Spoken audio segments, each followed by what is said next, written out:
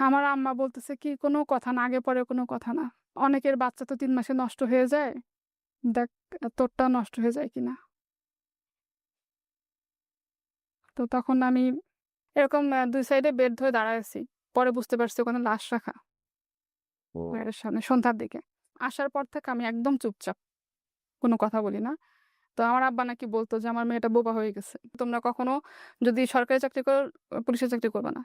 Sorry to say, এটা বাবা বলেছে। ডিউ সে রেসপেক্ট।" নিজে পুলিশ ছিল এবং হ্যাঁ। আমার শুধু তখন একটা জিনিসই মনে হয়েছে যে, কি হবে এখন আমাদের?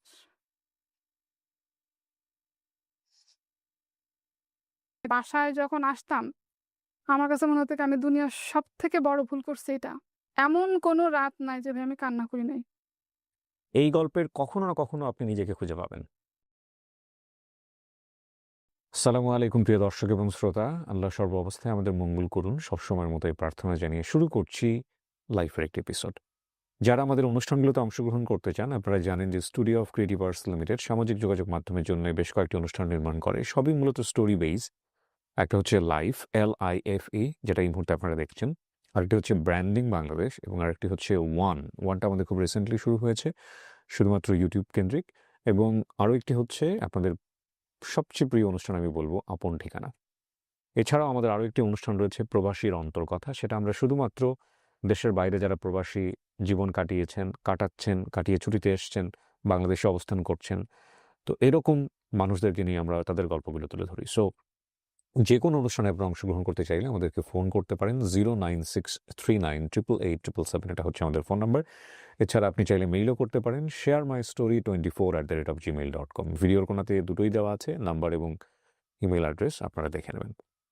আপনার নামটা একটু বলেন প্রথম। জি, আমার নাম হচ্ছে নুরুন নাহার শিমুল, শিমুলের বয়স কত? 38।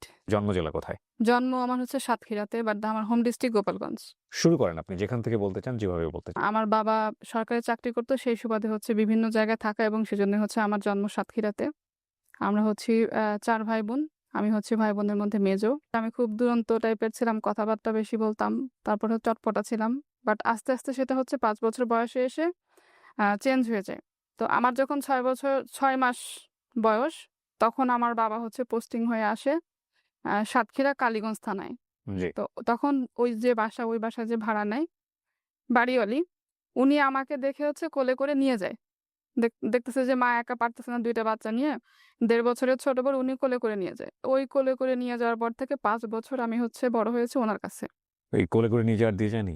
না দিয়ে গেছে। মানে এতই ভালোবেসে ফেলেছে যে হ্যাঁ, আপনাকে সবসময় কোলে তুলে আমাকে আসছে। আচ্ছা। সবসময় কোলে করে রাখতো। বাড়িওয়ালের হচ্ছে উনার ২ ছেলে মেয়ে। ছেলে আর মেয়ে তখন ২ জনই হচ্ছে কলেজে পড়ে। আর উনার মেয়ের নাম ছিল হচ্ছে আনোয়ারা। আমি ডাকতাম হচ্ছে আনো আপা। ৫ বছর পর্যন্ত আমার আব্বার যতবার পোস্টিং হয়েছে, আমার আব্বা পোস্টিং ক্যানসেল করছে। ক্যানসেল শুধুমাত্র আপনি এখানে আমার জন্য। ওকে। পোস্টিং এর কথা শুরু হলে আমি সিক হয়ে যেতাম। তো আব্বা জানে যে ওখান থেকে নিয়ে গেলে আমি অসুস্থ হয়ে যাব। তো ৫ বছর পরে যে পোস্টিংটা হলো ওটা আব্বা আর ক্যানসেল করতে পারেনি।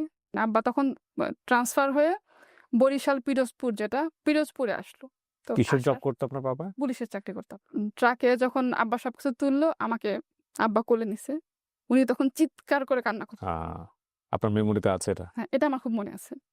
ওই বাসা থেকে মাটির রাস্তা ছিল কতখানি। তো ট্রাক যতক্ষণ মাটির রাস্তা দিয়ে আসেনি, অতক্ষণ পর্যন্ত কান্না করতে, করতে ট্রাকের পিছনে আসছে। আমি এত কথা বলতাম ছোটবেলায়, ওদিন নাকি আমি কোনো কান্না করিনি। আসার পর থেকে আমি একদম চুপচাপ। কোনো কথা বলি না। তো আমার আব্বা নাকি বলতো যে আমার মেয়েটা বোবা হয়ে গেছে।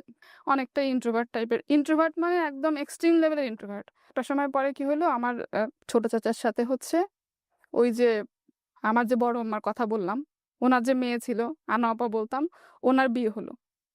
তারপরে পিরোজপুরে ৫ বছর, এর মধ্যে ওনারা বেশ কয়েকবার আসছে। আমরা বেশ কয়েকবার গিয়েছি, দেখা সাক্ষাৎ হইছে। কিন্তু ওই যে আগের যে একটা আমি কথা বলতাম, মিশতাম, ওই জিনিসটা আমার মধ্যে ছিল না।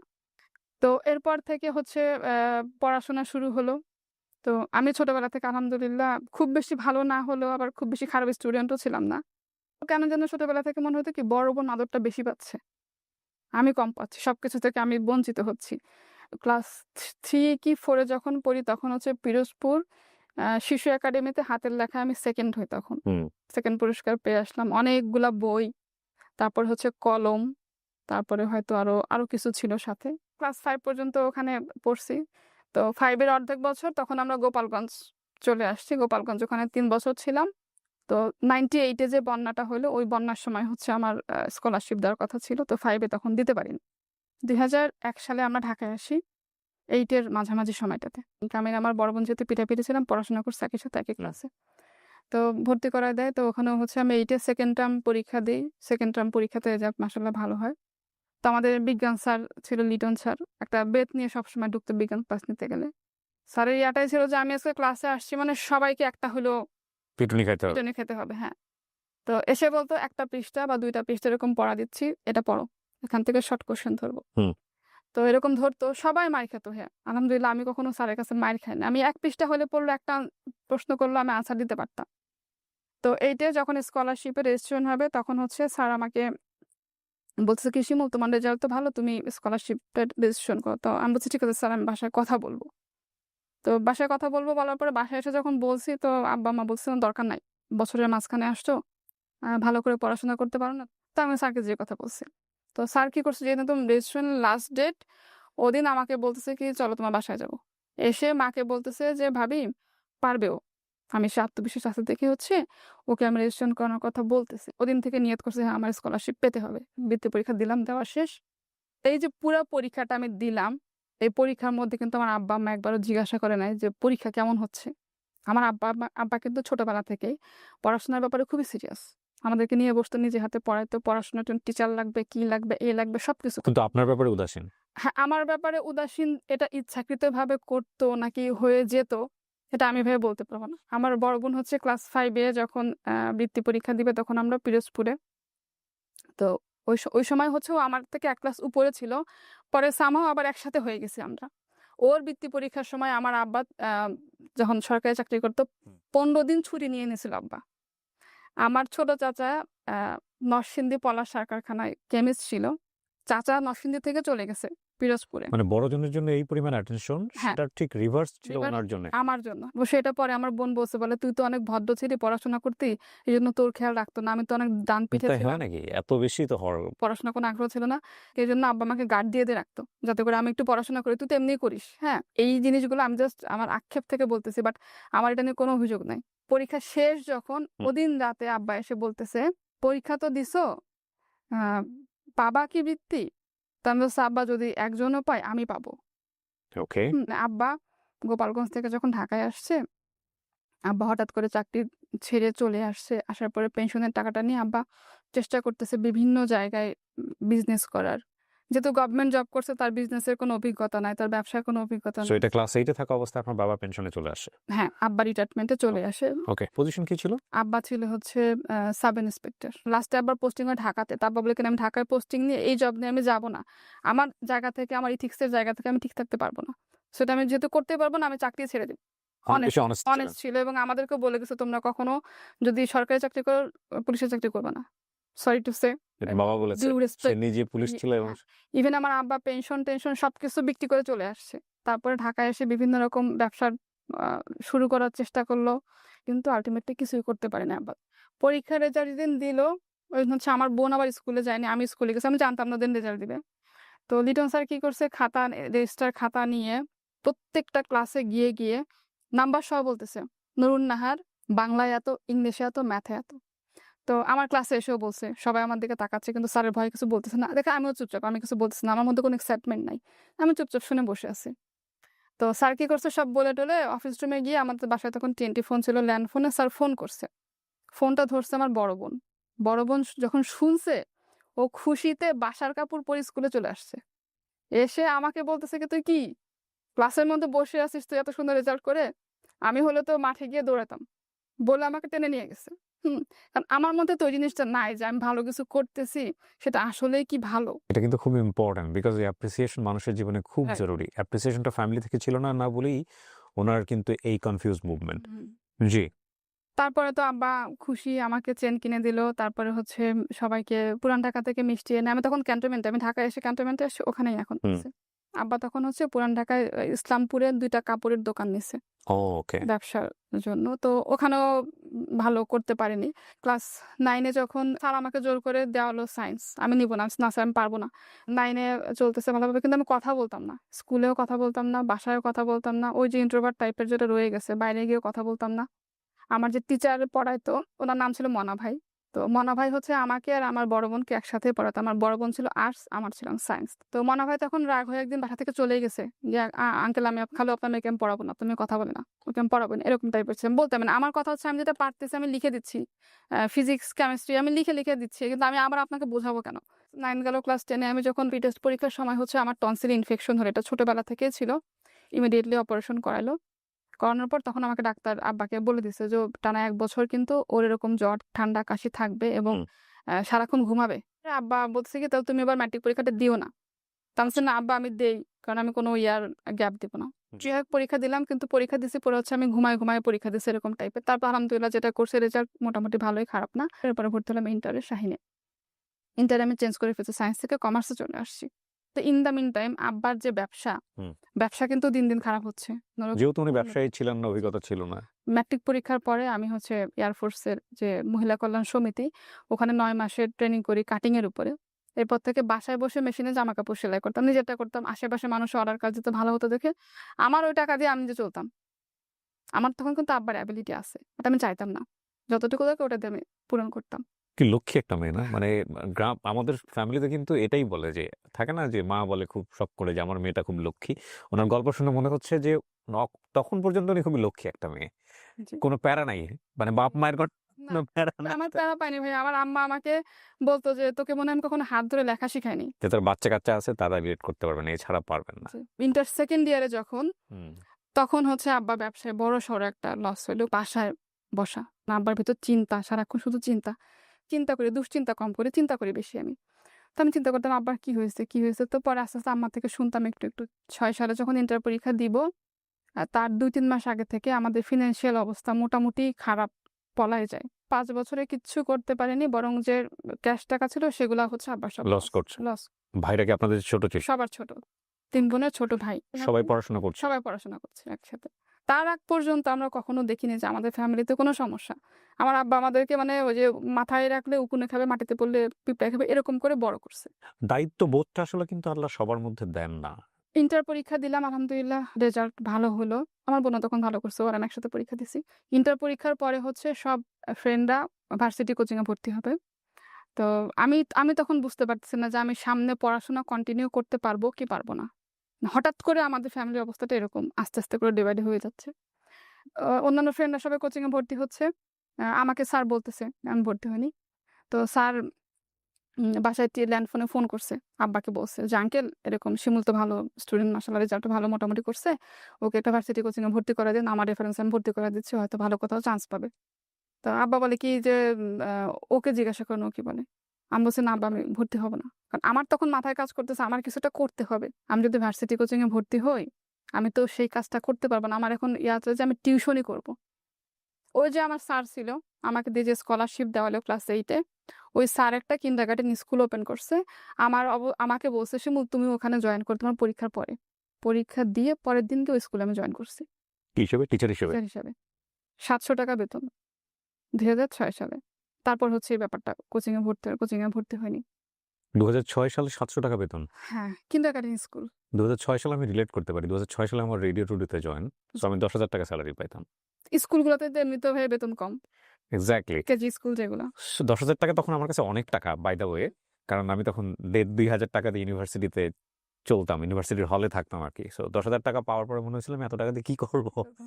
সো আমি আপনাকে রিলেট করার চেষ্টা করছি। আসলে ৳৬০০-৭০০ তখন কত টাকা? জি। কেজি স্কুল তো এমনিতে এখনো তো কিন্ডারগার্টেন স্কুলগুলোতে বেতন খুব একটা বেশি না। হুম। তো সেই হিসেবে তখন ৳৭০০। ১ম মাসে আমি যে কয়দিন কাজ করলাম ৳৩০০ স্যালারি পাইছি। ৳৩০০ মাইনাস হয়েছে, প্লাস হ্যাঁ, হয়েছে ৳৩০০। ১ম মাসে যে কয়দিন হুম। কাজ করছি ওই কয়দিনের টাকা। ওই টাকাটা এনে মার কাছে দিছি। মা খুব খুশি। আমার মেয়ের জীবনের ১ম ইনকাম। আব্বা কেন জানি খুশি হয়নি। কারণ আব্বার ভিতরে ওই চিন্তা, সংসারের চিন্তা ভিতরে তার। সবাই ভর্তি হয়ে যাচ্ছে, সবার পড়াশোনা হয়ে যাচ্ছে, কোথাও ভর্তি হয় নাই। তারপরে কি করলাম, একদম লাস্টে এসে কোথাও কোনো কিছু না করে আমার বোন ভর্তি হলো তিতুমিরে। আর আমি কোথাও কিছু না করতে পেরে, কোথাও কোনো চান্স, পরীক্ষা দিনে কোথায় চান্স পাবো না পেরে, লাস্টে আমি ভর্তি হলাম তেজগাঁ কলেজে ম্যানেজমেন্টে। তো ওই টাকাটাও হচ্ছে আমার খালাতো ভাই দিছিল, ভর্তির ফি যেটা। তো তখন আব্বার অবস্থা খুবই খারাপ, আব্বা তখন আস্তে আস্তে করে অসুস্থ হচ্ছে। আমি স্কুলে জব করতেছি, প্লাস হচ্ছে স্কুলের পাশে কয়েকটা টিউশনি নিলাম। 12টা 1টা পর্যন্ত ক্লাস করার পরে আমি যদি ওখান থেকে বাসায় আসি, আমার যাওয়া আসা 5 টাকা 5 টাকা 10 টাকা রিক্সা ভাড়া দিতে হবে। তখন সিঙ্গারা বোধহয় 3 টাকা করে ছিল। স্কুল 12টা 1টার সময় যখন ছুটি হতো, 2টা সিঙ্গারা কি স্কুলের বারান্দায় বসে থাকতাম। 3টা 4টার দিকে 2টা স্টুডেন্টকে পড়াইতাম। মানে তখন মোটামুটি আমার 4-5টা স্টুডেন্ট হয়ে গেছে। সারাদিন ঘুরে ঘুরে ওদেরকে পড়াইতাম। একবারে সন্ধ্যাবেলা বাসায় আসতাম। যদি স্টুডেন্টদের পড়াইতে গেলে নাস্তা দিত, সেটা খেতাম, খুবই স্বাভাবিক। এই নাস্তাটা কিন্তু আপনারা যারা দেন রেগুলার দিবেন প্লিজ। মাঝে মাঝে বন্ধ করলে এটা খুবই ব্রেনের ওপরে চাপ পড়ে এবং এটা আপনার বাচ্চার জন্যই ক্ষতিকর। আমি না, টিউশনি আমি করেছি তো আমি জানি। আমি এই কথাটা ভাই হাসতে হাসতে বলতেছি, কিন্তু দিস ইজ আমি দ্য সিচুয়েশন। আপনাকে আমি রিলেট করতে পারি, আমি ইউনিভার্সিটি টিউশনি করেছি তো আমি রিলেট করতে পারি। এটা খুবই ইম্পর্টেন্ট এবং এমনও হতো যে পড়াচ্ছি কিন্তু খেয়াল আছে কখন নাস্তাটা আসবে। নাস্তাটা আসবে। এবং এটা আপনাদের কাছে ইম্পর্টেন্ট না হলেও এটা খুবই ইম্পর্টেন্ট। এবং আপনার বাসায় যদি কোনো টিচার এরকম থাকে তার প্রতি আপনারা এই কনসেন্ট্রেশনটা দিবেন এবং এটা খুব জরুরি। শুধুমাত্র এই মানে খাওয়া না, মাঝে মাঝে তাকে বোনাস দিয়ে দিন, মাঝে মাঝে তাকে ভালো কিছু গিফট করেন। হ্যাঁ, এটাতে আপনার সন্তান হেলদি থাকবে এবং definitely it's a kind of সাদাকা আমি মনে করি। জি, তারপরে হচ্ছে ওই স্কুলটা আমার বাসা থেকে একটু পেছন দিকে ছিল। এর মধ্যে আবার আমার এলাকার আরেকটা ভালো স্কুল থেকে একটা অফার আসলো আপনি ম্যানেজমেন্টে ভর্তি হন? ম্যানেজমেন্টে। ওকে, ফাইন। তখনও আমি কিন্তু ভর্তি হইনি, এটা ভর্তি হওয়ার আগের কথা, রেজাল্টের পরে যখন স্কুল চেঞ্জ করলাম ওখানে চাকরি হয়ে গেল। ওখানে তখন 1200 টাকা বেতন। খুব একটা কলেজে আমি যেতাম না, তখন ওই যে অনার্সে ভর্তি হলাম তেজগাঁ কলেজে।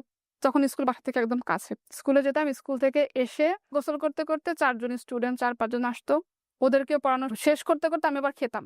ওদের পড়া শেষ করায় আমি আবার রেডি হয়ে ওদের সাথে বের হয়ে যেতাম। সব শেষ করে বাসায় আসতে আমার 8টা থেকে 9টা বাজতো। ওই সময়টাতে আমার আব্বা টোটালি অসুস্থ, বেডরিডেন মানে বিছানায় পড়া। একদম। আব্বার যেটা ছিল liver cirrhosis. In the mean time আব্বাকে অনেকবার ডাক্তার দেখানো হয়েছে, কেউ বলতো না যে আপনার লিভারের এই কন্ডিশন। 7 সালের থেকে আব্বাকে মাসে একবার হইলেও হাসপাতালে ভর্তি করতে হতে। কারণ যখন তখন আব্বার প্রচন্ড ব্যথা উঠতো, পেট ফুলে যেত, ব্যথা সহ্য করতে না পেরে মুখের মধ্যে হাত দিয়ে বমি করার চেষ্টা করতো একা একা। আশেপাশের বাসার মানুষজন দেখতো আব্বা কিভাবে চিৎকার করতেছে, সে অসহায়ত্ব, ওর বাবাদের অসহায়ত্ব সহ্য করা যায় না। দেখা যায় না। তখন পুরো সংসারটা চলতে হচ্ছে, মানে ওই কয় টাকা আমি যে পাচ্ছি ওটা দিয়ে, প্লাস ওটার মধ্যে আব্বার মেডিসিন, বাকি ভাই বোনের পড়াশোনা। আর তখন আমার বড় বোন আবার কয়েকটা নিল, টিউশনি নিল। খরচ বেশি হবে দেখে বাসার 5 তলা থেকে নিচতলায় আসলাম। নিচতলা বাসাটা ছোট। এই করে করে 2007 গেল, 8 গেল, 9 সাল। পেট ফুলে যেত, চিৎকার করে সারা রাত কান্না করতো, রাতে আমরা ঘুমাতে পারতাম না, আহা, আব্বাকে নিয়ে বসে থাকতাম।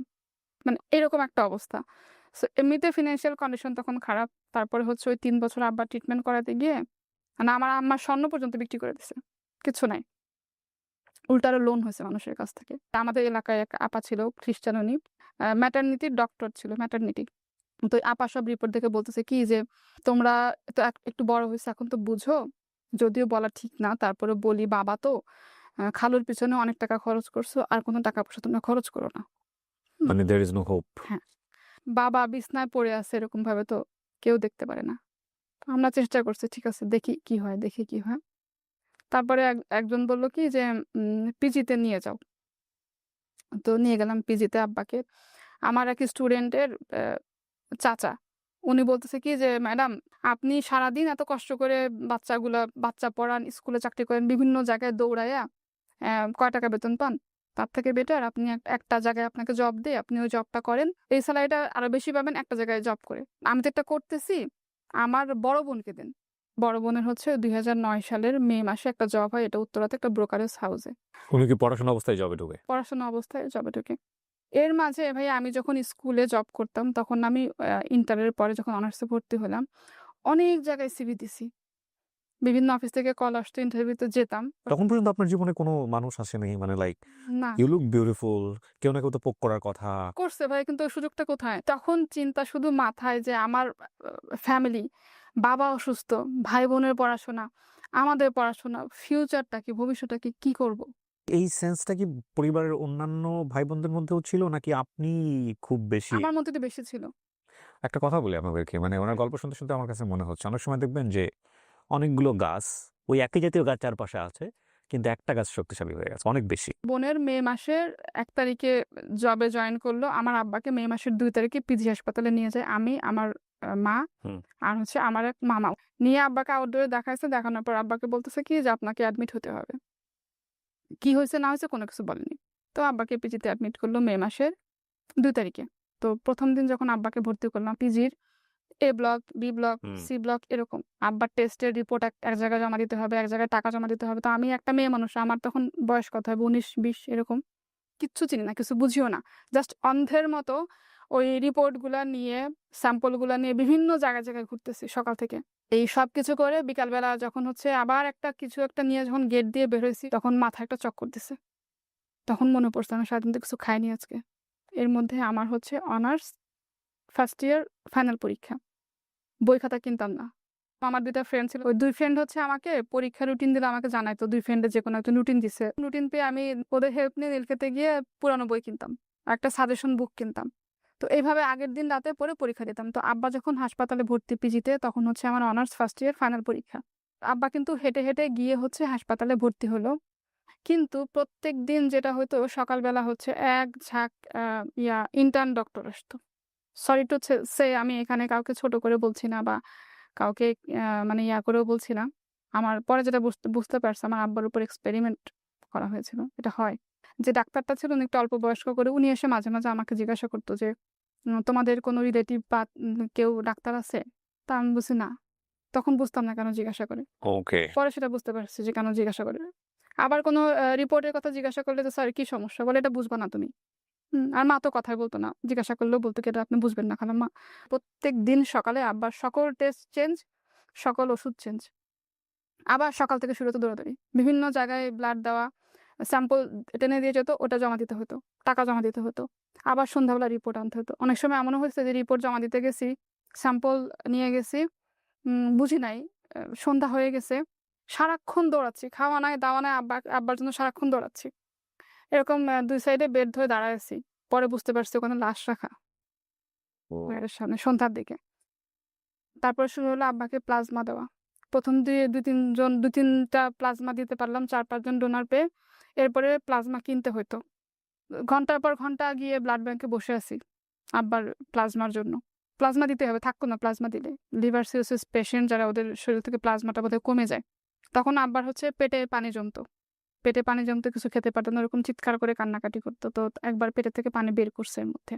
এর মধ্যে আমি ৩ টা পরীক্ষা দিছি। রাতের বেলা আব্বা বেডে ঘুমাতো। মাঝখানে জায়গা, এই পাশে একটা বেড, ওই পাশে মানে ওই বেডে পেশেন্ট। নিচে পাটি বিছায় বা একটু চাদর-টাদর বিছায় মা একটু কোনরকম কাঁথরে শুতো আর আমি এই জায়গাটায় উম ওই ডিম আলো যে আলোর মধ্যে বসে, বসে রাতের বেলা একটু পড়তাম। পড়ে পরদিন সকালে যে পরীক্ষা দিতাম। এর মাঝে আমার ছোট ভাইকে নিয়ে আসছি যে, "আমি একা আর পারতেছি না এভাবে দৌড়াদৌড়ি করে। আবার আমার পরীক্ষা শুরু হয়েছে, তুই একটু থাক।" তো ও ছোট মানুষ 6 এ পড়ে, 7 এ পড়ে। তারপরেও মাশাআল্লাহ ভাই অনেক করছে। আমার বোন বলতেছে কি যে, "কালকে তো শুক্রবার, আমার অফিস বন্ধ। আমি হসপিটালে আসি। তুই জামাকাপড় সব নিয়ে বাসায় আয়। ওগুলো একটু ধোয়া লাগবে, ক্লিন করা লাগবে। আব্বার জামাকাপড়ও ধোয়া লাগবে।" এর মাঝে আমি ভাই একদিনও বাসায় আসিনি। ও শুক্রবার দিন হচ্ছে গেছে। শুক্রবারে বাসায় আসছে। শুক্রবার সারাদিন যেয়ে শুক্রবারের ভোর রাতটা শনিবার শুরু হবে ওই সময়। আব্বা প্রচন্ড অসুস্থ। আমার বোন হচ্ছে আ কাজিন-টাজিন সবাইকে ফোন দিয়ে বলছে, আমার খালাতো ভাই-টাই যারা আছে সবাইকে ফোন দিয়ে বলছে যে, "আব্বার এরকম খুবই খারাপ অবস্থা। আপনারা পারলে আসেন।" তো সবাইকে বলছে কি আমাকে না বলতে। আমি আমার ২ টা ভাই-বোন নিয়ে একা বাসায়, আর কেউ নাই বাসায়। তো সামহাউ বাড়ি থেকে আমার এক কাজিন, মামাতো বা খালাতো বোন হবে, আমার বোনকে ফোন করতে গিয়ে ভুল করে আমাকে, ও খবর পাইছে। খবর পেয়ে ভুল করে আমাকে ফোন করছে। আমাকে ফোন করে বলতেছে যে, "কিরে খালুর কি অবস্থা? খালু নাকি অনেক অসুস্থ।" আমি বলছি, "কি বলেন?" তো আমি সঙ্গে, সঙ্গে আমার বোনকে ফোন দিছি। তখন হচ্ছে ফজরের আজান দিছে। ও দূরে চলে গেছে। বাট আমি শুনতে পাচ্ছি আব্বা যে চিৎকার করতেছে ব্যথায়। তো বলতেছে কি যে, "আব্বার শরীরটা একটু খারাপ তো, ব্যথা অনেক বেশি হচ্ছে। আব্বা খুব চিৎকার চেঁচামেচি করতেছে।" তো আমি বলছি, "আমি এখনই আসি।" বলে কি, "এখন আসিস না? একটু ভোর হোক। তারপরে ওদেরকে বাকি 2 ভাই-বোনের কথা বলতেছে, ওদেরকে নিয়ে তারপর আসিস।" না আমাকে আবার বলছে কি যে, আব্বাকে আমরা বাড়ি নিয়ে যাবো। আব্বা বারবার করে বলতেছিল যে, "আমাকে গ্রামে নিয়ে চল, আমি থাকবো না।" তো বলছে কি যে, "আব্বার কয়েকটা কাপড়-চোপড় নিয়ে আসিস।" জামাকাপড় আমি একটা ব্যাগে করে জাস্ট কয়েকটা নিয়ে, তারপর আমার কোনো জামাকাপড় নেয়নি। ওগুলো নিয়ে হচ্ছে আমি হসপিটালে গেছি। গিয়ে দেখি ভাই আব্বার মানে যে কন্ডিশন, আব্বার চিৎকার শুনে পুরুষ ওয়ার্ডের যত মানুষ ছিল সবাই ওখান থেকে বের হয়ে গেছে। কেউ থাকতে পারতেছে না। সবাই কান্না করতেছে আব্বার চিৎকার দেখে। আব্বা শুধু বলতেছে যে ডাক্তারকে আপনাদের হাতে পায়ে ধরে আমার পেটের পানি বের করেন। পেট ফুলে এরকম হয়েছে, পেটে ব্যথায় চিৎকার করতেছে। তো ডাক্তার আমাদেরকে বলতেছে কি যে এখন আর বের করার কোনো অপশন নাই। তো আমরা বুঝতে পারলাম আব্বাকে আমরা বাড়িতে নিয়ে যাই। তখন আব্বার অক্সিজেন লাগতেছে, অক্সিজেন সাপোর্ট দিতে হচ্ছে, ফুল অক্সিজেন। তো বেডেই আছে। তো বলতেছে কি যে আপনারা যদি এখন গোপালগঞ্জ নিয়ে যান, অতখানি রাস্তা যেতে গিয়ে উনার অক্সিজেন সাপোর্ট ফুল পাবে না, নিতে পারবেন না আপনারা। আত্মীয়স্বজন সবাইকে আসতে বলেন। সবাই আসুক, এসে উনাকে দেখুক। তারপরও মনের আশা ছাড়ি না যে আব্বা তো এরকম ব্যথায় কান্নাকাটি করে। তো ডাক্তার বারবার এসে বলতেছে আপনাদের সবাইকে আসতে পারেন, সবাইকে আসতে পারেন। সবাইকে বলছি, সবাই যে যেখান থেকে পারছে আসছে। স্যালাইন চলে না, তখনও ডাক্তার এসে এতগুলা টেস্ট লিখে দিয়ে গেছে। একটু পরে নার্স এসে ভেন খুঁজতেছে ব্লাড নিতে। পরে আমরা বলছি কি যে আপনারা যে ব্লাড নিবেন, যে মানুষটার স্যালাইন চলে না ব্লাড কিভাবে নিবেন? বিকাল হচ্ছে, আস্তে, আস্তে করে আব্বার চিৎকার কমে যাচ্ছে। আর দোয়া পড়তেছে। কিন্তু প্রচুর কষ্ট পাচ্ছে। তো মাগরিবের সময়টা তখন আত্মীয়স্বজন সবাই বলতেছে কি আমার বড় বোনকে যে, "যেহেতু তোমার আব্বা অনেক কষ্ট পাচ্ছে, তুমি যেহেতু বড়, তুমি একটু নামাজ পড়ে আল্লাহর কাছে দোয়া করো। যে যদি তুমি তাকে রাখতে চাও তো ভালোভাবে রেখে যাও। না হয় তোমার জিনিস তুমি তোমার কাছে ভালোভাবে ভালোভাবে নিয়ে যাও, এত কষ্ট দিও না।" তো এরকম আব্বা এরকম শোয়া। মাথার কাছে আব্বার ২ হাত ধরে এরকম দাঁড়ানো। আব্বা দোয়া পড়তেছে, দোয়া পড়তেছে। আমার মা পার কাছে বসা, ছোট ভাই-বোন সবাই দাঁড়ানো। আমরা সবাই মুখে পানি দিচ্ছি। আর আমার বোন হচ্ছে বারান্দায় গিয়ে নামাজ পড়ল। নামাজটা পড়ে জাস্ট এসে দাঁড়াইছে আব্বার কাছে। ও এসে একটু মুখে পানি দিছে। তো ওই সময়টাই হচ্ছে আব্বা মারা গেল ঠিক মাগরিবের সময়। তো আমি তখন হাত ধরা ভাইয়া। তো সবাই কান্না করছে। আমি কান্না করিনি। কেন করিনি ভাই আমি জানি না। আমার শুধু তখন একটা জিনিসই মনে হয়েছে যে কি হবে এখন আমাদের?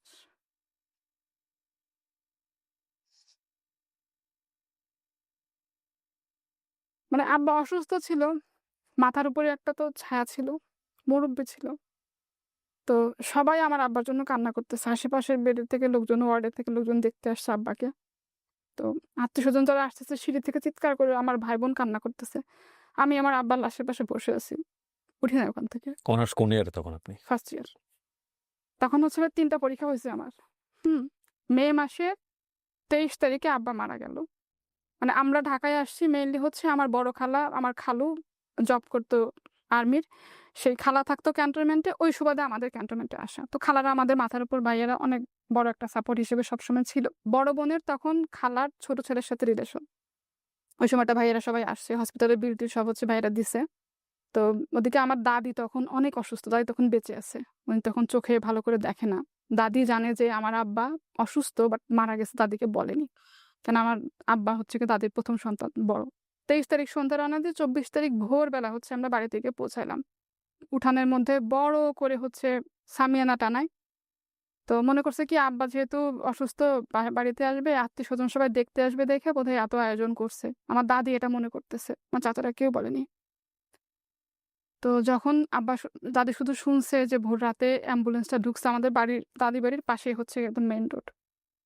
অ্যাম্বুলেন্সটা ঢুকছে। আমার দাদি তখন আস্তে, আস্তে করে বের হইছে। যখন দেখলো যে আব্বার কফিনটা বের করছে, তখন তো সে বুঝছে যে আব্বা নেই। তখন তো আমার দাদি মাথা ঘুরে পড়ে গেছে ওইখানে। ২৪ তারিখ সকালে হচ্ছে আমরা আব্বার দাফন করলাম। ২০০৯ সালের ২৫ মে আইলা হইছিল। তো আমার হচ্ছে ৩ টা পরীক্ষা হয়ে গেছে, ফার্স্ট ইয়ার ফাইনাল ম্যানেজমেন্ট পরীক্ষা ২৭ তারিখে। সবাই বলতেছে কি যদি যেহেতু বাবা মারা গেছে ১ টা বছর গ্যাপ দাও। আব্বা তো যাওয়ার আল্লাহ নিয়ে গেছে। আমি ১ টা বছর গ্যাপ দিয়ে আমার ১ বছর পড়াশোনার খরচ কে চালাবে? তো আমি শুনি না কারো কথা। পরে হচ্ছে আমার আম্মা বলে ঠিক আছে যেহেতু যাবে। তো ২৪ তারিখ বিকালে বাদ আসর মিলাদ হবে। মিলাদের আগেই হচ্ছে খালাতো ভাই আর হচ্ছে আরেক মামাতো ভাইয়ের সাথে একসাথে রওনা দিলাম। সন্ধ্যা হলো ফেরিঘাটে আসতে, আসতে। তখন তো সেতু ছিল না। ফেরিঘাটে যখন আসলাম যে ফেরি পার হয়ে আসবো তখন সন্ধ্যা হয়ে গেছে অলরেডি। তো যখন সন্ধ্যাবেলা ফেরিঘাটে গেলাম ওদিকে দেখি কারেন্ট কিচ্ছু নাই। পুরা অন্ধকার। পদ্মার কথা বলছেন আপনি? পদ্মা।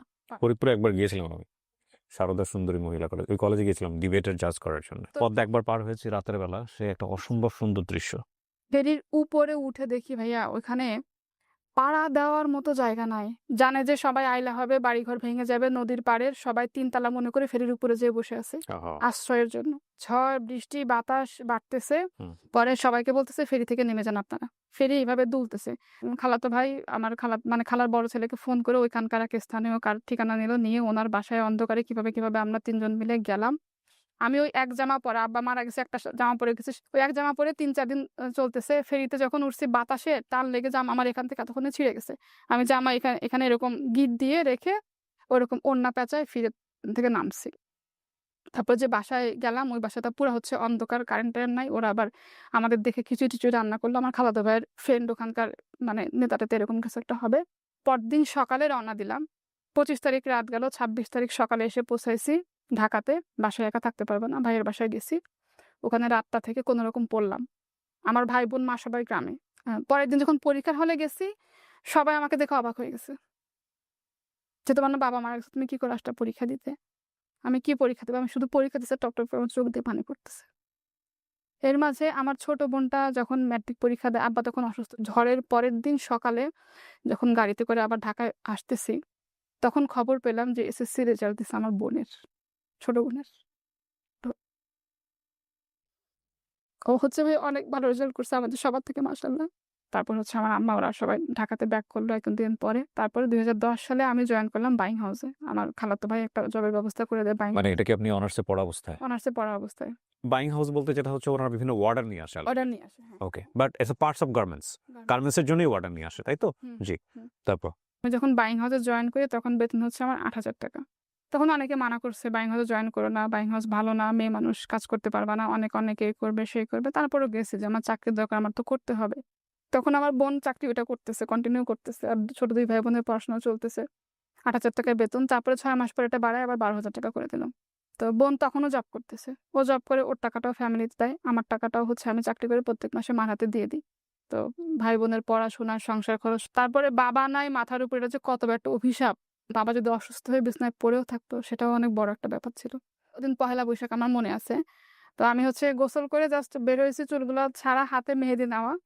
তো আমার বোন পরিচয় করায় দিচ্ছে যে, এই যে রনি ভাই, উনার সাথে আমার রাস্তায় দেখা হয়। আবার আমার মানে ওর ২ টা টুইন বোন আছে।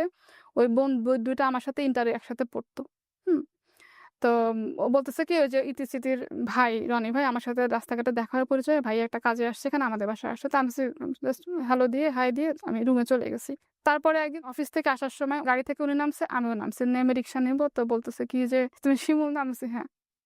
বলে, "আমার সঙ্গে চলো, রিক্সায় যাই।" তো রিক্সায় আসতেছে, কথা বলতেছে, গল্প করতেছে। তো আমি শুধু শুনতেছি, আমি কিছু বলতেছি না। রিক্সা থেকে যখন নামবো তখন বলতেছে, "তুমি মনে হয় আমাকে চিনো নাই, তাই না?" আমি বলছি, "না ভাইয়া, আমি আপনাকে চিনি নাই।" বলতেছে কি যে, "আমি রনি। ওইদিন তোমাদের বাসায় গেছিলাম যে।" আমি বলছি, "ও আচ্ছা, হ্যাঁ, এখন চিনতে পারছি।" পরে উনি নেমে গেছে। আমি বাকিটা রাস্তা বাসায় যেতে হাসতেছি একা। আমার অফিস বারিধারা ডিউসেস থেকে আমি এসে এমইএস নামতাম আর উনি উত্তরা থেকে এসে এমইএস নামতো। তখন এমইএস এর ওখানে ফলের দোকান ছিল। হুম। ইচ্ছা করে প্রত্যেকদিন ফল দেখতো। তো আমি প্রত্যেকদিন এসে বলতাম, "ভাই কি করেন?" বলছে যে, "ফল দেখতেছি।" তো আমি বলছি, "কিনেন?" বলল, "না থাক, কিনবো না, চলো যাই।" হুম। চলো যাই বলে আমরা একসাথে রিক্সায় করে আসতাম। তো আমাদের ওই যে দেখাটা হচ্ছে এতটুকুই। দেখা, সাক্ষাৎ, কথাবার্তা। রিক্সায় যেতাম সকালে, রিক্সায় আসতাম। তারপরে হচ্ছে এরকম একদিন বলতেছে যে, "তোমার সাথে আমার একটু কথা আছে।" বসলো একটা রেস্টুরেন্টে অফিস শেষ করে। বসে আমাকে প্রপোজ করলো, বলল। আগে থেকেই বুঝতেন যে হ্যাঁ, কিছু একটা হতে যাচ্ছে। বুঝতে পারছি আমি। তো পরে আমি বললাম যে, "দেখেন, আপনি আমার ফ্যামিলিতে কথা বলেন।" তখন আমার বড় বোনের বিয়ে হয়নি। "যদি হচ্ছে আমার ফ্যামিলি থেকে রাজি থাকে আমার কোনো সমস্যা নেই।" তো বলে, "ঠিক আছে, আমি কথা বলব, সমস্যা নাই। বাট আমরা তো একসাথে যাওয়া আসার পথে দেখা হচ্ছে, আমরা তো যাওয়া আসা করতে পারি।" আমি বলছি, "ঠিক আছে এরকম।" তো এভাবে করে যাওয়া আসা করতেছি। যাওয়া আসার পথে কথা বলতে একটা ভালো রিলেশন হয়ে গেল। তখন থেকে রিলেশন আমাদের। হ্যাঁ, বাট ওই যে আমি তোমাকে ভালোবাসি, তুমি আমাকে ভালোবাসো, এরকম কখনো বলা হয়নি। হুম। হুম। আবার আমাদের কথা হয়তো খুবই কম। রাতে বাসায় আসতাম। অফিস থেকে আসছি, খাওয়া-দাওয়া করছেন, আমি আপনি করেই বলতাম। তুমিতে আসছি আমি অনেক পরে। খাওয়া-দাওয়া করছেন? কি করতেছেন? ঘুমাচ্ছি। এই এতটুকুই শেষ কথাবার্তা। তো আমার বোন শুনছে যেন কার কাছে যে আমি ওর সাথে একসাথে আসতেছি। এসে আমার মার কাছে বলছে। তো এটা নিয়ে আমার মা আমাকে একটু বকা দিছে যে, "এরকম কেন এলাকার মধ্যে একসাথে এরকম যাওয়া আসা করে মানুষে দেখে, কথা বলে, এভাবে একসাথে যাওয়া আসা করবা না।" এসে তো আমার এটা খুব রাগ লাগছে। তখন হচ্ছে আমি রাগ করে ওকে ওই কথাটা বলি যে, "এটা না আমার বোন এই কথাটা বলছে।" মাও রাগ করছে। তো ও ওদিন হয়তো অফিস বন্ধের দিন ছিল, বিকালে আমাদের বাসায় আসছে। বিকালে এসে আমার আম্মার সাথে কথা বলছে। বলছে কি, "খালাম্মা, শিমুলকে হয়তো এই ব্যাপারে কিছু বলছেন। তো যদি আপনাদের কোনো সমস্যা না থাকে আমার ফ্যামিলি থেকে আমি সবাইকে পাঠাই।" তখন ওর বড় ভাইয়েরও বিয়ে হয়নি। আমার ভাসুর যে ওকে। তারও বিয়ে হয়নি, আমার বড় বোনেরও বিয়ে হয়নি। তো বলতেছে, "যদি আপনারা চান তো আমাদের ফ্যামিলি থেকে সবাইকে পাঠাই।" তো আমার মা বলে কি, "দেখো বাবা, তুমি যে এই কথাটা বলছো এটাই অনেক বড় একটা ব্যাপার। হ্যাঁ? এলাকার ভিতরে একসঙ্গে যাওয়া আসা করো তো মানুষের কথাবার্তা বলে, এই কারণেই আমি রাগ করছি। কিন্তু তুমি যে নিজ থেকে এসে কথাটা বলছো এটাতে আমি খুশি হইছি। বিয়ে-শাদীর সময় হোক আমরাই নিজ থেকে বলব। কিন্তু চেষ্টা করে যাতে মানুষের কথাবার্তা না বলে।" তো তারপর যখন আমার মা জানলো যে আমার খালাতো ভাইয়ের ছোটবেলাকার ফ্রেন্ড, আবার খালাতো ভাই ওরা একসাথে পাশাপাশি বাসায় থাকতো। আমার খালু আর ওর বাবা একসাথেই জব করতো। তখন আমার আম্মা একটু নিশ্চিত হইছে। এরপরে আমার বড় বোনের বিয়ে হলো। এরপরে ভাসুরেরও বিয়ে হলো। বোনের ১০ সালে বিয়ে হলো। এই ১১, ১২, ২ বছরে ওদের বাসা থেকে আম্মাকে বলছে যে, "আমরা আসি, আমরা আসি।" তাও আম্মা বলে কি, "না, আমি এটা হুট করে কাউকে আনবো না। যখন বিয়ে দিব মেয়েকে তখন একবারে বলব আসেন। বিয়ে দেওয়ার সময় হোক।" যাই হোক, সবকিছু হওয়ার পর ২০১৩ সালে হচ্ছে আমাদের বিয়ে হলো। সবকিছু সুন্দরভাবে ভালোভাবে বিয়ে-শাদী হয়ে গেল। বিয়ে হওয়ার পরে আ জাস্ট তার পরের মাসেই হচ্ছে ভাই আমি কনসিভ করলাম। আমি জানি আমার মাথার উপরে কত বড় দায়িত্ব। আমি কিন্তু বিয়ের পরেও যে সেলারিটা পাচ্ছি আমি আমার আম্মাকে সম্পূর্ণটা দিয়ে দিচ্ছি। এটা কি আপনার হাসব্যান্ডের সঙ্গে আপনার মিউচুয়াল ডিল ছিল? মানে লাইক ও জানতো যে আমার ফ্যামিলিতে সাপোর্ট হচ্ছে আমি আর আমার বড় বোন। সাপোর্ট দেওয়ার মতো কেউ না। তখনও ছোট ভাই-বোন পড়াশোনা করে। আমরা যে বেতনের টাকাটা পাই, ওই টাকাটা আম্মাকে দিই। ওটা দিয়ে হচ্ছে আমার আম্মা সংসার চালায়। বিয়ের পরে যদি আমি না দিই আমার আম্মা চলবে কিভাবে? এটা নিয়ে আমার আম্মা তখন চাইছিল যে আমাকে বিয়া তো আগে দিবে না। কারণ আমি আলহামদুলিল্লাহ একটা ভালো জব করতাম। তখন এই তখন ওই বাইং হাউস চেঞ্জ করে জয়েন করলাম মাল্টিন্যাশনাল একটা কোম্পানিতে। আম্মা জানতো যেহেতু ভালো একটা জায়গায় কাজ করে, কাজের প্রতি ডেডিকেশন আছে। ও ভালো করবে লাইফে।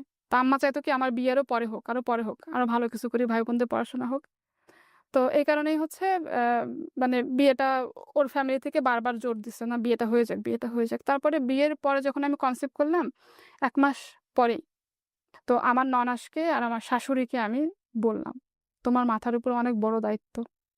তোমার ফ্যামিলির দায়িত্ব। সো তুমি যদি বেবি রাখতে পারো তো অবশ্যই রাখবা। আর যদি তুমি মনে করো তুমি এটা নিয়ে ক্যারি করতে পারবা না, তোমার জব ছাড়তে হবে, তাহলে তুমি ডিসিশন নেওয়া কি করবা?" মানে জব ছাড়ার কথা একবারও বলে না আমার হাসব্যান্ড, শ্বশুরবাড়ির লোকজন কেউ বলেনি। তো আমি বলছি কি, "ঠিক আছে আমি একটু সময় নেই। কিন্তু আমার আম্মাকে বা আমার বোনকে কারো কাছে এখন এই কথা বলেন না।" আমার শাশুড়ি এক্সাইটমেন্ট ধরে রাখতে না পেরে আমার আম্মাকে ফোন দিছে। হুম। "বেয়ান, আপনি তো নানি হবেন।" হ্যাঁ? তো আমার শাশুড়ি খুব খুশি। আমার আম্মা ওই কথা শুনে আম্মার প্রেশার বেড়ে গেছে। যে যদি এখন মেয়ে চাকরি ছেড়ে দেয়, সংসার চলবে কিভাবে? হ্যাঁ? খুশির খবর নাকি টেনশনের খবর চিন্তা করেন। জি। আম্মা আবার ফোন করে আমার বোনকে বলছে। আমার বোন আমাকে ফোন দিয়ে, "এটা কেন করলি? এই করলি, সেই করলি।" তো বলে পরে আবার বুঝাইছে যে, "দেখ, যেহেতু হয়ে গেছে সাবধানে থাকিস।" ও তখন বেবি নেওয়ার প্ল্যান করতেছে না। ৩ বছর হয়ে গেছে ওর বিয়েরও তখনও বেবি নেয় নাই। অনেক বড় ভুল বোধহয় করে ফেলছি। তখন নিজের কাছে ফিল হচ্ছে এটা। পরে আমার ননাস ওরা বলতেছে, "কি করবা?" তো আমি বলছি কি, "আপা দেখেন, যেহেতু আল্লাহ দিছে, আমি বেবিটা রাখবো। এরকম কোনো ভুল ডিসিশন আমি নিতে পারব না।" ৩ মাস পরের ১ম যখন আল্ট্রাসাউন্ড করলাম, করে ১ম ফোনটা আমার আম্মাকে দিছি।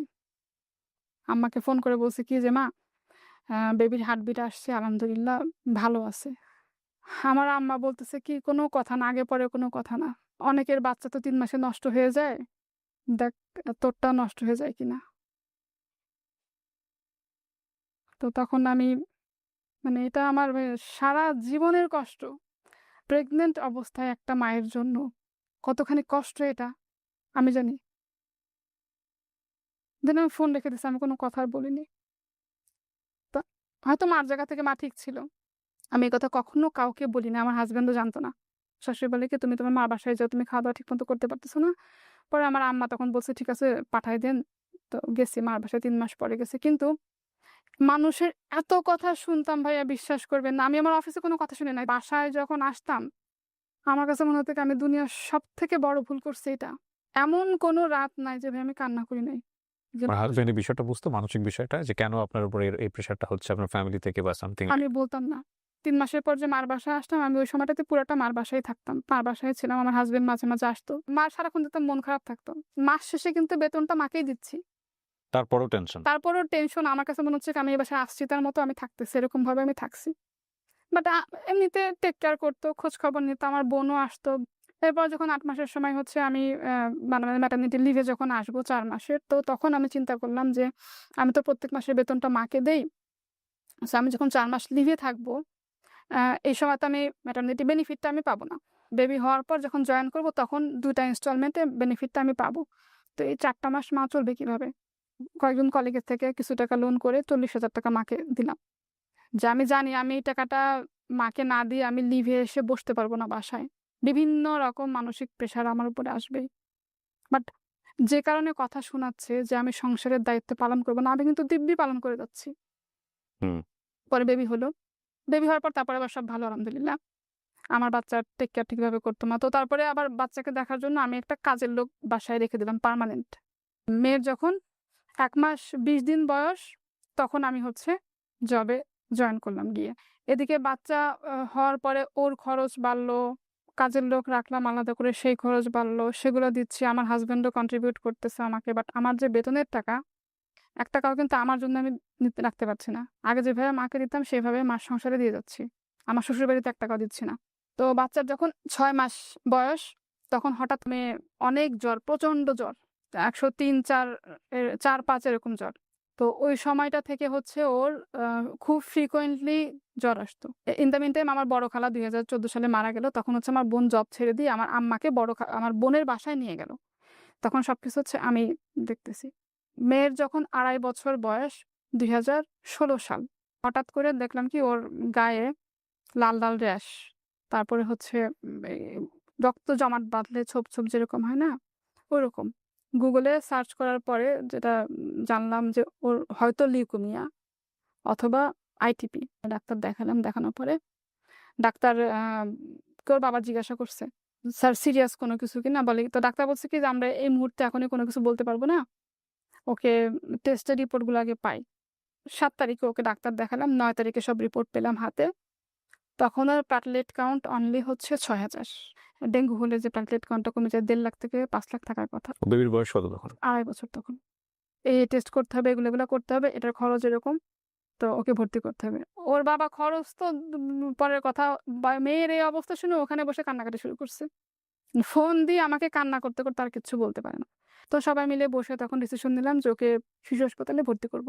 শিশু হাসপাতালে ভর্তি করলাম। ভর্তি করার পরে টেস্ট করার পর প্লাটলেট ৯ তারিখে ছিল ৬,০০০, ১০ তারিখে কমে সেটা হলো ৩,০০০। বিভিন্ন টেস্ট যা কিছু সবকিছু করালো। পরে আস্তে, আস্তে ডাক্তার বলল এটা হচ্ছে আইটিপি। তো কাউকে বুঝাইতে পারতাম না আসলে আইটিপি কি? Blood disorder. এটা হচ্ছে ১ লাখে একটা বাচ্চার হয় বিশ্বে। ট্রিটমেন্ট শুরু করলো। ওনারা বলছে এটা লেন্দি ট্রিটমেন্ট, অনেকদিন সময় লাগবে। কিন্তু আমাদের তখন ফিন্যান্সিয়াল অবস্থা কিন্তু এত বেশি ভালো না। এর মধ্যে ওকে ১ম এ স্টেরয়েড দিল। হুম? স্টেরয়েড। স্টেরয়েড যেটা খেলে হচ্ছে মানুষ মোটা হয়ে যায়। ১ সপ্তাহের মধ্যে ওর ওয়েট ৩ গুণ বেড়ে গেল। তারপর হচ্ছে খাওয়ার রুচি বেড়ে গেল। ২.৫ বছর বাচ্চা একটা মুরগি এক জায়গায় বসে খেয়ে ফেলত। একটা সংগ্রাম শেষ, তো আরেকটা সংগ্রাম শুরু। জি। ইন দ্য মিন টাইম আমি কিন্তু অফিস আমার চলতেছে ওখানে বসে। মেয়ের স্যালাইন চলতেছে, ইনজেকশন চলতেছে, ও ঘুমাচ্ছে। আমি ল্যাপটপে বসে কাজ করতেছি। ইন দ্য মিন টাইম আমি স্যালারিটা পাচ্ছি। মেয়ের ট্রিটমেন্টের খরচ না দিয়ে আগে মাকে টাকা দিচ্ছি। ২১ দিন পরে যখন হচ্ছে দেখি ওর কোনো ইমপ্রুভমেন্ট নাই। ডাক্তারকে বললাম যে আমরা ওকে নিয়ে যাবো। বলে কি আপনাদের বন্ড সই দিয়ে নেওয়া লাগবে। এই অবস্থায় বাচ্চাকে নিতে পারবেন না। তো বলছে তাহলে যেহেতু আপনারা নিয়ে যাবেন আমরা আইভিআইজিটা করাই। ২১ দিনে প্লাটলেট কাউন্ট ১০,০০০ এর উপরে আর ১,০০০ ও বাড়ে নাই। ১০,০০০। ২১ দিন পরে যখন আইভিআইজি যখন শেষ হলো ৬ টা ইনজেকশন দেওয়া, তখন ওর প্লাটলেট কাউন্ট বেড়ে হলো ১,৩০,০০০। তখন ডাক্তার বলে কি এখন আপনারা নিয়ে যেতে পারেন বাচ্চাকে। কিন্তু হুম। এত কিছু করে যেহেতু ওর প্লাটলেট কাউন্টটা বাড়ছে, ১ সপ্তাহের মধ্যেই হচ্ছে এটা আবার ফল করবে। তো ঠিকই তাই হলো, বাসায় নিয়ে আসলাম। এর মধ্যে আমরা প্ল্যান করতেছি ওকে নিয়ে আমরা চেন্নাইতে যাব। ১ সপ্তাহের মধ্যে ওটা কমতে, কমতে ২০,০০০, ৩০,০০০ করতে আবার সে ১০,০০০ এ চলে আসছে। তখন একটু, একটু করে নোজ ব্লিডিংও শুরু হয়েছে ওর। আমরা ওকে নিয়ে ২০১৬ সালে সম্ভবত আগস্ট মাসে চেন্নাইতে যাই। টানা ২১ দিন চেন্নাইতে তো ট্রিটমেন্ট চললো। তো ডাক্তার ওখান থেকে বলছে দেখেন যে অনেকের হচ্ছে ৬ মাসের মধ্যে ভালো হয়ে যায়। কিন্তু আপনার বাচ্চাটা যেহেতু ভালো হচ্ছে না, এত কিছু করার পরে হয়তো এটা সময় লাগবে। চেন্নাই থেকেও মেডিসিন দিল। তো ২১ দিন পরে দেশে আসলাম। আসার পরে মেয়ে আরো অসুস্থ। সমানে হচ্ছে নোজ ব্লিডিং আর কাশতে, কাশতে মানে এরকম গামছা ধরে রাখতাম। কাশি দিয়ে ফেলতো ব্লাড, নাক দিয়ে ব্লাড। তো ওটা যখন বাথরুমে ধুইতাম মানে কাঁচা রক্তের গন্ধ। ওহো! বাচ্চার বয়স কত তখন? ২.৫ বছর। তখন পুরা বালতি লাল হয়ে গেছে। গামছা এরকম ধরে রাখতাম, বমি করতেছে, পুরা রক্ত বেরোচ্ছে। তো ওই যে রক্তের গন্ধ, ব্লাডের গন্ধ ওটা মনে হয় আমার কাছে এখনো লাগে। হ্যাঁ? মনে করছিলাম যে ভাই আমার জব থাকবে না। ৩ মাস যেহেতু বাসা থেকে কাজ করতে জব থাকবে না। বাট আলহামদুলিল্লাহ আমি 3 মাস যে সাপোর্ট দিছি ওটার জন্য আমি অ্যাওয়ার্ড পাইছি অফিস থেকে।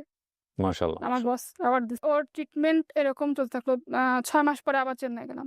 পরে মেডিসিন খাওয়াতে এমন হলো ইমিউনিটি সিস্টেম এত বেশি কমে গেল, যখন তখন জ্বর আসতো, যখন তখন অসুস্থ। ওই অবস্থায় রেখে আমি চাকরি করতেছি। এখন আমার কন্ট্রিবিউট করতে হবে, হ্যাঁ? 17 সালে আলহামদুলিল্লাহ আমার একটা বেশ ভালো একটা অফার আসে, বেটার অপরচুনিটি। তখন আমি জব আবার চেঞ্জ করি। তখন 17 সালটাতে একটু ভালো স্কুলে ভর্তি করব। তো তখন আমার শাশুড়ি বলছে কি, "তাহলে তোমরা এক কাজ করো। তোমার মা যেখানে থাকে ওই বিল্ডিং এ বাসা নাও, ওকে স্কুলে নিয়ে যাবে।" এই কারণে। হ্যাঁ, তো আসলাম, আলাদা হয়ে আসলাম। তখনও আমার কন্ট্রিবিউশন আমার আম্মাকে আমি টাকা-পয়সা দিয়ে যাচ্ছি। আম্মার মেডিসিনের জন্য, ভাইয়ের পড়াশোনার কিছু টাকা-পয়সা, ছোট বোনের ওরাও স্ট্রাগল করছে। আমার ভাই-বোনরা সবাই প্রচুর স্ট্রাগল করছে। আব্বা মারা যাওয়ার পর থেকে আম্মার ডায়াবেটিক, প্রেশার, তার প্রত্যেক মাসে আম্মার ডাক্তার দেখাইতে হতো, মেডিসিন লাগতো, সবকিছু চলতেছে। 16 সাল থেকে ওই যে মেয়েকে নিয়ে শুরু হলো, বছরে 2 বার করে চেন্নাই যেতাম। যতবার গেছি অতবার ব্যাংক লোন করে নিয়ে যাচ্ছি। আবার এসে লোন পরিশোধ করতে না করতে আবার ৬ মাসের মধ্যে আবার মেয়েকে নিয়ে চেন্নাইতে যাও। তো এভাবে করেও কিন্তু ওর কোনো ইমপ্রুভমেন্ট নাই। যখন তখন জ্বর, যখন তখন অসুস্থ। প্লেটলেটগঞ্জে ১০,০০০, ১০,০০০ই। ওর থেকে ১,০০০ও বাড়ে না। ওকে যে স্কুলে ভর্তি করব, যে পড়াশোনা করতে পারবে কিনা, স্কুলে যেতে পারবে কিনা সেটাই তো সন্দেহ। আবার ডাক্তার বলছে ওর কোথাও কাটলে সহজে ব্লাড বন্ধ হবে না। ব্যথা পেলে গোল, গোল চাকা হয়ে যায়। ডাক্তার বলছে স্কুলে যদি ভর্তি করেন, যদি আল্লাহ না করুক ও খেলাধুলা করতে গিয়ে পড়ে যায়, মাথায় লাগলে ব্রেইন হ্যামারেজ হবে। থাকবে না। এই অবস্থায় আপনি আপনার মানে ফ্যামিলি চালাচ্ছেন। তখন একটু কমে আসছে। প্রেসক্রিপশন আমি এভাবে চাইলে দেখাতে পারি, নিয়ে আসছি। এত বড় প্রেসক্রিপশন, রাতে ঘুমাতে পারতাম না। হঠাৎ করে ব্লিডিং শুরু হয়েছে, পুরা বালিশ মাখায় গেছে। ঘুমের মধ্যে ব্লিডিং হচ্ছে। টিস্যু এরকম ধরে দিয়ে রাখছে। টিস্যুর পর টিস্যু ভিজতেছে, নোজ ব্লিডিং হচ্ছে, গাম ব্লিডিং হচ্ছে। সারারাত মেয়েকে নিয়ে বসে আছি। মেয়ের ১০২-৩ জ্বর, সকালে গিয়ে আবার অফিস করতেছি। বোন দেখতেছে, মা দেখতেছে, কাজের লোক দেখতেছে।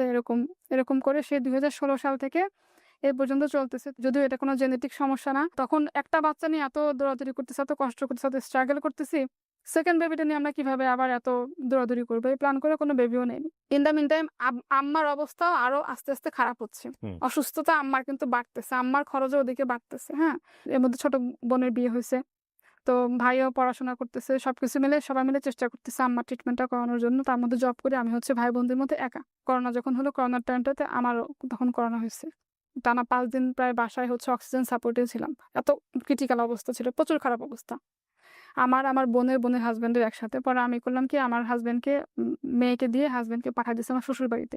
তারপরে বাসায় আসার পর আমার হাসব্যান্ডেরও হলো, কিন্তু আল্লাহর রহমত মেয়ের হয়নি। ওই সময়টাতে আমার অফিস হচ্ছে উত্তরাতে। তো আমি ক্যান্টনমেন্ট থেকে করোনার পরে জার্নি করে যেতে পারতাম না। মানে এত বেশি জয়েন্ট পেন, এত বেশি ব্যাক পেন, যে বসে এগুলো এখনো আছে। এই যে ব্যাক পেন এখনো বসে আছে, আমি শক্ত হয়ে আছে পিঠের মধ্যে। তো যেতে পারতাম না। পরে আমার হাসব্যান্ডকে বললাম কি, চলো তাহলে আমরা উত্তরা চলে যাই। হুম।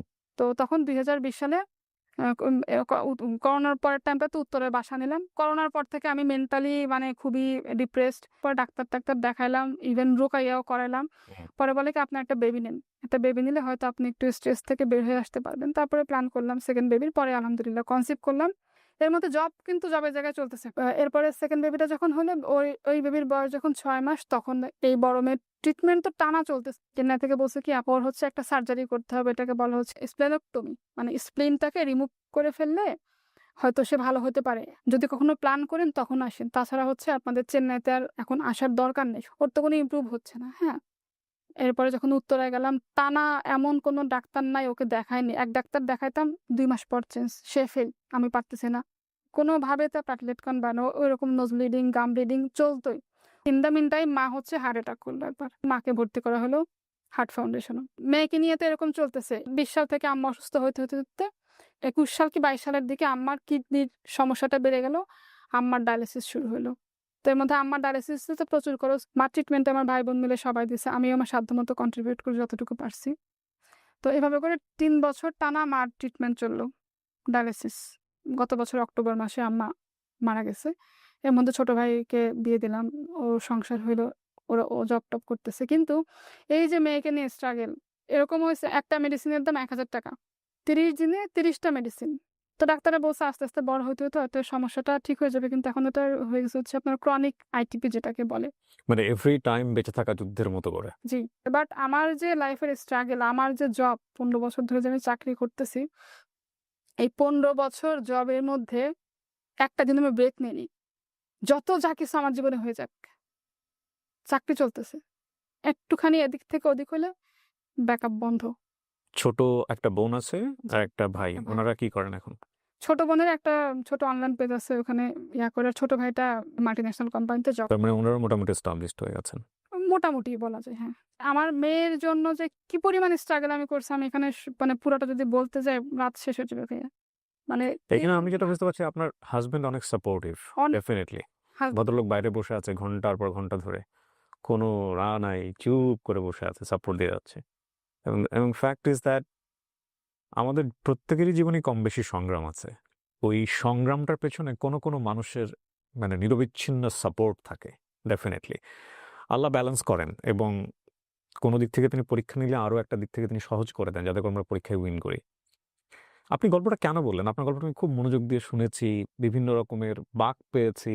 আপনিই বলেন কেন বললেন আসলে গল্পটা আজকে? 15 বছর জব করে আলহামদুলিল্লাহ আমি এখন যে পজিশনে আছি, আমি একটা ছোটখাটো ব্র্যান্ডে ম্যানেজার হিসেবে কাজ করছি। অনেকেই হয়তো যদি এই প্রোগ্রাম দেখে অনেকে আমাকে চিনবে। আমি আমার দায়িত্ব থেকে কখনো বের হয়ে আসিনি। আমি যতখানি স্ট্রাগল করছি, আমি যে যুদ্ধ করছি, আমি আমার জীবনে এমন সময় গেছে আমি চাইলে ভাই স্ট্রোক করতাম। বাট আমি শক্ত হয়ে দাঁড়াইছি। ভেঙে গেছি, আবার শক্ত হয়ে দাঁড়াইছি। না, আমি ভাঙবো না। আমি দাঁড়াবো। টিল নাও সেই স্ট্রাগলটা করে যাচ্ছি। কিন্তু আমি আলহামদুলিল্লাহ আমার সংসার, আমার কাজের জায়গায় ডেডিকেশন, দায়িত্ব অ্যাকচুয়ালি আমি কোথাও কখনো সরিনি। আমার শ্বশুরবাড়ির মানুষজনকে যদি জিজ্ঞাসা করেন আমি কেমন, ওরাই বলবে। আমার হাসব্যান্ডের থেকে ওদের সাথে আমার সম্পর্ক ভালো। কিছু হলে আমাকে ফোন দিবে। সারাদিন পরে বাসায় গিয়ে আমি নিজে হাতে রান্না করি। আমার বাসায় হেল্পিং হ্যান্ড আছে, যেহেতু বাচ্চাদেরকে রেখে আসি। আর বাসায় সিসি ক্যামেরা লাগানো, পুরো বাসা ওদেরকে দেখাশোনার জন্য। আমার কাজের মহিলা বলে কি, আপা আপনি কেন রান্না করেন? আপনি চাকরি করেন, এত বড় চাকরি, আপনার রান্না করার কি দরকার? আমি বলছি আমার ভালো লাগে না। বাচ্চারা সারাদিন পরে আমাকে পায়, হাজব্যান্ডকে রান্না করে খাওয়াবো, এটা তো আমার দায়িত্ব। জব করি বলে তো আমি দায়িত্ব এড়াতে পারবো না। এমন কোনো ঈদ নাই আমি আমার শ্বশুর বাড়ি, বাবার বাড়ি সবার জন্য কিনি নাই, করি নাই। যত কষ্ট হোক, যত সমস্যা হোক, আমার শাশুড়িকে, আমার আম্মাকে আমি একই রকম শাড়ি দিছি। আমার মেয়ে, আমার ননাসের মেয়েদের একই রকম ড্রেস কিনে দিছি। টিল নাও দেই। আমি পড়ি আর না পড়ি, আমার যে দায়িত্ব, আমি আমার দায়িত্ব থেকে কখনো এক চুলো বের হয়ে আসিনি। আমি কমপ্লায়েন্স নিয়ে কাজ করতাম, তো এখন ট্রেনিং নিয়ে কাজ করছি। Sexual harassment, women empowerment, gender equality.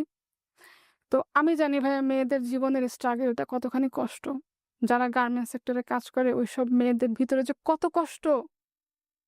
এই যে সুবিধা বঞ্চিত মেয়েরা আছে আমাদের সমাজে, যারা ফ্যামিলি থেকে বিভিন্নভাবে বিতাড়িত, হাজব্যান্ডের সাপোর্ট নাই, শ্বশুরবাড়ির সাপোর্ট নাই, বিয়ের পরে বিভিন্ন অপবাদ নিয়ে চলতে হচ্ছে। ওরা যাতে ভেঙে না পড়ে, শক্ত হয়ে দাঁড়াক। কারণ প্রত্যেকটা মেয়ের একটা পরিচয় দরকার। আজকে আমি আমার পরিচয়ে পরিচিত। এই গল্প শুনে যাতে হাজারো মেয়ে ইন্সপায়ার্ড হোক। শুধু সংসার করা, বাচ্চা কাচ্চা লালন পালন করা এটা মেয়েদের কাজ না। যাতে করে আমাকে দেখে হাজারো নারী অনুপ্রেরণা পায়। হ্যাঁ, এবং আমার ইন ফিউচার ইচ্ছা আছে সুবিধাবঞ্চিত মেয়েদের নিয়ে কাজ করব। অনেক মেয়েরা আছে ভাইয়া ডিভোর্সি, যারা গার্মেন্টস সেক্টরে কাজ করে। ওদের লাইফের গল্প যে কি কষ্টের। কাজ করতেছে, ওয়াশরুমে গিয়ে মুখ টুক ধুয়ে কান্নাকাটি করে এসে আবার কাজে বসছে। ফ্যামিলির সমস্যা। চাকরি করতেছে, মাস শেষে বেতনটা হাজবেন্ড নিয়ে যাচ্ছে, অথচ সে কিন্তু ফ্যামিলির জন্য করতেছে। তার ডিসিশন দেওয়ার কোনো অধিকার নাই, সে কিন্তু ফ্যামিলির জন্য করতেছে। অসাধারণ গল্প। আজকের এই গল্পে অনেকেই নিজেকে খুঁজে পাবেন। খুব গভীর একটা নদী, যেখানে স্রোতটা টের পাওয়া যায় না, এরকম একটা গল্প। দায়িত্ব জিনিসটা অনেক কঠিন একটা বিষয়, অনেক কঠিন একটা বিষয়। কিন্তু দায়িত্ব নেয়ার ব্যাপারটা, এইটা যাদের মধ্যে আছে তারা জানে যে এত কঠিন বিষয়গুলো কিভাবে তাদেরকে মোকাবেলা করতে হয়, কি জটিলতার মধ্য দিয়ে জীবনে প্রতিটা বাঁকে বাঁকে যেতে হয়। এই গল্পের কখনো না কখনো আপনি নিজেকে খুঁজে পাবেন। বাবা হারিয়ে যাওয়ার সময়, বাবা হারিয়ে যাওয়ার পরে পরিবারের যে রেসপন্সিবিলিটি নিতে হয় সেই সময়টাতে, এবং সেই রেসপন্সিবিলিটি নেওয়ার পরে জীবনের খুব খুব কাঙ্ক্ষিত পার্টিকুলার একটা মোমেন্ট, সেই মোমেন্টে এসে একজন মানুষকে নিজের জীবনে পাওয়া, এবং তারপরে অনাকাঙ্ক্ষিতভাবে হলেও প্রথম বেবি, সেটার যে সংগ্রাম। আমি ওনার বেবিকে দেখেছি, আপনাদেরকে আমি দেখাইনি। ওনার প্রথম বেবিটা এসেছিল একটু আগে স্টুডিওতে। সো এটা আসলে অনেক পরিবারকে ছুঁয়ে যাবে কোনো না কোনোভাবে। তবে একটা কথা আছে যে জীবন সংগ্রামে নিজেকে না থেমে এগিয়ে নিয়ে যাওয়াটাই জীবন। আপনি যদি চিন্তা করেন যে আজকে এই যে শিমুল যে গল্পটা বললো, ও যতটা মেরিটোরিয়াস, ও ফ্যামিলি যদি ওকে এই সাপোর্টটা দিতে পারতো, কিংবা ওকে যদি ওই পৃষ্ঠপোষকতার জায়গাটায় রাখতে পারতো, ইকোনমিক্যালি, ফিন্যান্সিয়ালি এবং মেন্টালি, তাহলে ও আরও কত দূর যেতে পারত, তাই না? কিন্তু ওনার জায়গা থেকে উনি নিজেকে বারবার প্রুভ করেছেন ফ্যামিলির জন্য, নিজের জন্য, ফিউচারের জন্য।